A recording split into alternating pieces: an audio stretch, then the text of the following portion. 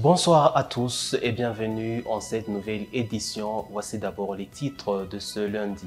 Les préparatifs pour le recensement général de la population burundaise vont bon train, ce qui donne l'espoir que le recensement va se dérouler comme prévu. L'Union européenne intervient dans le programme de l'État de fournir des soins médicaux aux enfants de moins de 5 ans et aux femmes enceintes en vue d'améliorer la couverture sanitaire chez les enfants et les femmes enceintes. Les détails, c'est dans quelques instants. Bienvenue encore. Les préparatifs pour le recensement général de la population burundaise vont bon train, ce qui donne l'espoir que le recensement va se dérouler comme prévu. Explication de Nicolas Ndayishimiye, directeur général de l'INSBU. Reportage de Anne-Loris Ndongodzi. Alors que le début officiel du recensement général de la population burundaise approche à grands pas, Nicolas Ndayishimiye, directeur général de l'Institut national de la statistique du Burundi, indique que les préparatifs vont bon train. Donc, nous sommes déjà à l'œuvre, nous avons déjà terminé de former les superviseurs et les superviseurs qui sont en train de former à leur tour les contrôleurs dans les 5 nouvelles provinces ici du nouveau découpage. Et ces contrôleurs qui sont en train d'être formés vont à leur tour former au niveau communal les agents recenseurs qui seront recrutés par Corinne et quartiers de notre pays.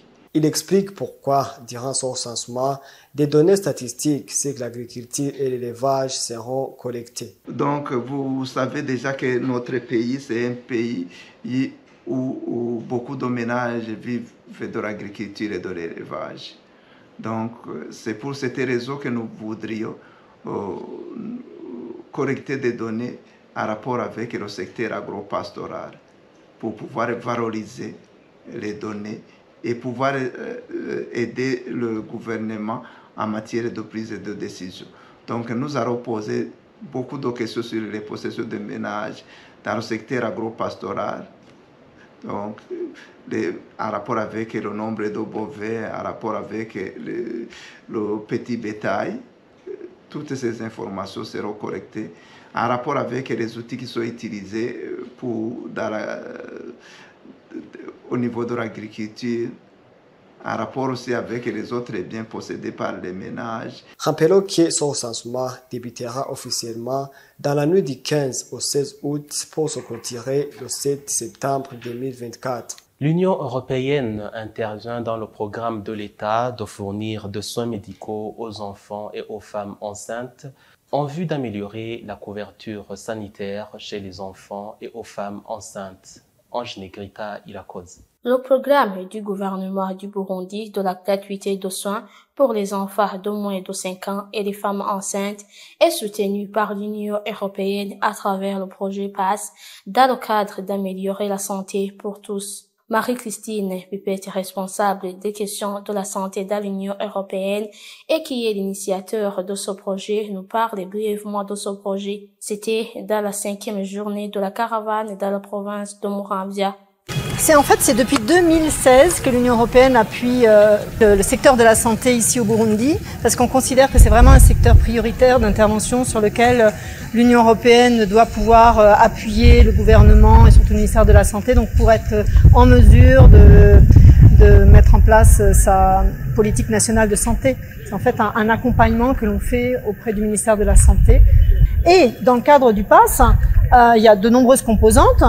Et l'une des composantes importantes que l'on soutient vraiment avec beaucoup de force, de conviction, c'est ce qui a été développé ce matin dans le cadre de la caravane, c'est-à-dire l'appui à la politique nationale de gratuité des soins. C'est-à-dire plus précisément considérer que les femmes enceintes et les enfants de moins de 5 ans sont vraiment la cible prioritaire pour avoir des soins gratuits. Il est normal qu'une maman qui va accoucher, qui a cette préoccupation de donner naissance prochainement à un bébé, c'est l'événement de sa vie, qu'elle se dise enfin qu'elles ne se disent pas j'ai des problèmes financiers, je vais pas être bien prise en charge. Non, il faut que ces soucis-là ne soient pas dans ces inquiétudes. Et c'est la même chose aussi pour son enfant. L'enfant va naître, il va être pris en charge dès la naissance jusqu'à l'âge de 5 ans et bénéficier donc de soins gratuits tout au long de sa croissance et de son développement jusqu'à l'âge de 5 ans. Dans le cadre de ce programme visant à obtenir des services médicaux appropriés et efficaces, jusqu'à 450 parents ont été aidés également. 700 000 enfants bénéficient chaque année de services médicaux appropriés. Cette caravane a été clôturée à mairie de Bujumbura par un grand spectacle des artistes burundais comme Sadbi, Traumati, Vanya Ice et le troupe Amagab. C'est aïe, c'est caravane, c'est aïe, thank you so much. L'équipe nationale de basketball de moins de 16 ans côté masculine a été qualifiée par la Coupe d'Afrique de basketball de moins de 16 ans et à l'international. L'Espagne et l'Argentine sont champions en Europe et en Amérique. Reportage de Jules Verne Nakiman. Commençons l'activité sportive de l'équipe nationale Nhamba Murugamba de basketball des moins de 16 ans, garçons et filles, qui étaient en Tanzanie dans la compétition africaine de la zone 5. Côté garçons, ils ont remporté la compétition et ont déclenché le ticket pour la Coupe d'Afrique des moins de 16 ans. De l'autre côté, les filles ont été battues avec une grande différence de points dans tous les matchs joués. Toujours au basketball, ce week-end, le VBR Elite 8 a continué pour sa deuxième semaine. Pour le match de samedi, Urunani a battu les Méchas sur un score de 50 contre 46 points. Tigers 87 contre 68 de Gymkhana. New Star 49 contre 90 en faveur de Dynamo. Les Hippos ont battu Kern sur un score de 79 points contre 55. Et dimanche, les matchs se sont poursuivis avec le choc du jour qui a opposé l'équipe Urunani contre Dynamo. Et match qui s'est soldé sur une victoire d'Urunani avec un score de 63 points contre 51. Et dans le match qui a opposé Tigers et les Hippos, s'est terminé sur un score de 65 contre 73 points en faveur de les Hippos. Gymkhana a remporté la victoire difficilement en battant New Star avec une différence d'un point, c'est-à-dire 70 contre 69. New Star voulait gagner son premier match. Joris Ndumutima, l'un des entraîneurs de Dynamo, nous a dit que son équipe a eu quelques difficultés. Nous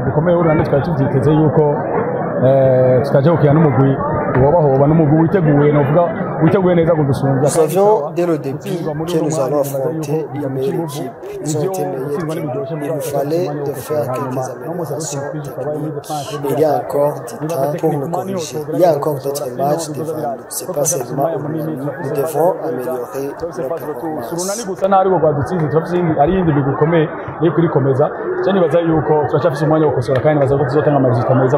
Sero Elvis Hakizimana dit Gafisi, entraîneur d'Urunani, cette victoire va améliorer leur confiance pour la suite de la compétition.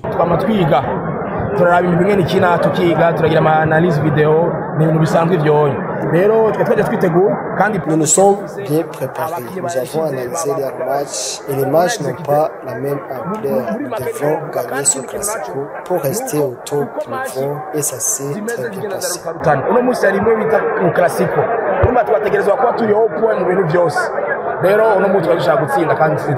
À l'international, l'Espagne est champion de la Coupe d'Europe des Nations 2024 après avoir remporté la victoire contre l'Angleterre sur un score de 2 buts à 1. C'est la deuxième finale consécutive des Three Lions perdue dans la Coupe d'Europe des Nations après celle de 2021 contre l'Italie. Rodri de Manchester City a été choisi comme meilleur joueur de l'Euro 2024 et Lamine Yamal meilleur jeune joueur. Comme l'Espagne, l'Argentine a remporté la finale qui l'a opposé à la Colombie de James Rodriguez choisi comme meilleur joueur de la Copa América 2024. Lautaro Martinez a été l'unique buteur de cette rencontre, devenant par la même occasion le meilleur buteur de cette compétition et son coéquipier Emiliano Martinez a remporté le prix du meilleur gardien. Il y a un certain temps, certaines femmes subissent du harcèlement sexuel lors des files d'attente sur les parkings de bus.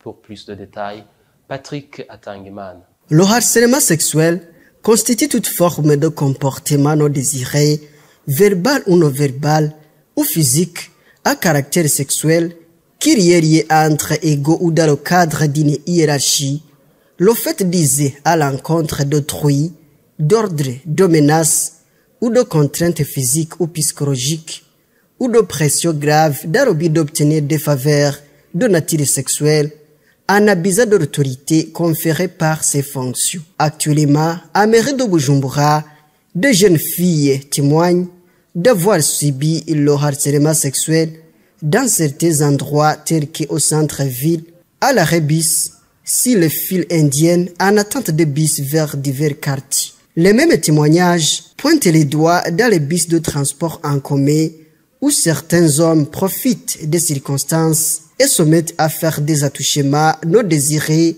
à l'égard des jeunes filles.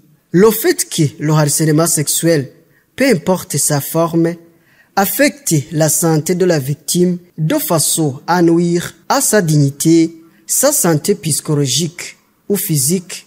La plupart des filles qui ont subi le harcèlement sexuel refusent de le révéler à n'importe qui, que ce soit à la police, aux parents ou tuteurs, à cause de la honte ou la peur d'être discriminés. Étant donné que, partout dans la société burundaise, Pendoja considère le harcèlement sexuel comme violence basée sur le genre, car beaucoup le voient comme un acte légal, sauf s'il s'agit de rapports sexuels. Cependant, le harcèlement sexuel est un crime puni par la loi. Selon le Code pénal burundi, dans son article 563, qui stipule que le coupable du harcèlement sexuel est puni d'un mois à 2 ans de servitude pénale et 100 000 à 500 000 francs burundais d'amende. En plus, le même article stipule que si la victime du harcèlement est un mineur de moins de 18 ans, les peines sont portées à double. Et avant de clore ce journal, suivez l'actualité internationale. L'ex-président de 78 ans et de nouveau candidat à la Maison-Blanche, Donald Trump, a été blessé à l'oreille et évacué. La joue ensanglantée a pris plusieurs tirs qui ont fait un mort et 2 blessés graves parmi les spectateurs lors d'un meeting samedi à Butler, en Pennsylvanie. Il a félicité les agents du Secret Service, police d'élite chargée de la protection de hautes personnalités politiques pour avoir tué les tireurs. Après cette tentative d'assassinat, Trump a dit avoir réécrit le discours qu'il avait préparé pour la convention républicaine. Il a déclaré avoir préparé un discours extrêmement dur sur l'horrible administration de Biden, mais qu'il avait abandonné pour un discours qui espère unira le pays. Au Nigeria, les habitants de l'État du Plateau sont toujours mobilisés au lendemain de l'effondrement tragique du collège Sainte Académie qui a coûté la vie de 22 élèves. 132 élèves ont été sortis des décombrés, 58 personnes sont toujours hospitalisées. En réponse à cette tragédie, le gouvernement de l'État du Plateau, Caleb Mutfwang, a annoncé des mesures fermes et déclarant que l'école est désormais fermée et qu'ils vont prendre leurs responsabilités. Non seulement ils vont enquêter sur les raisons de l'effondrement de ce bâtiment, mais ils vont étendre les investigations à toutes les écoles, même les écoles publiques seront inspectées afin de s'assurer qu'elles ne mettent plus en danger la vie de qui que ce soit à l'avenir. L'accident de vendredi est le plus meurtrier survenu au Nigeria depuis 2021, lorsqu'une tour en construction à Lagos, la capitale économique, s'est effondrée, faisant au moins 45 morts pour la plupart des ouvriers du bâtiment. C'est ainsi que prend fin ce journal. Merci de nous avoir suivis. Bonne suite des programmes sur BTV.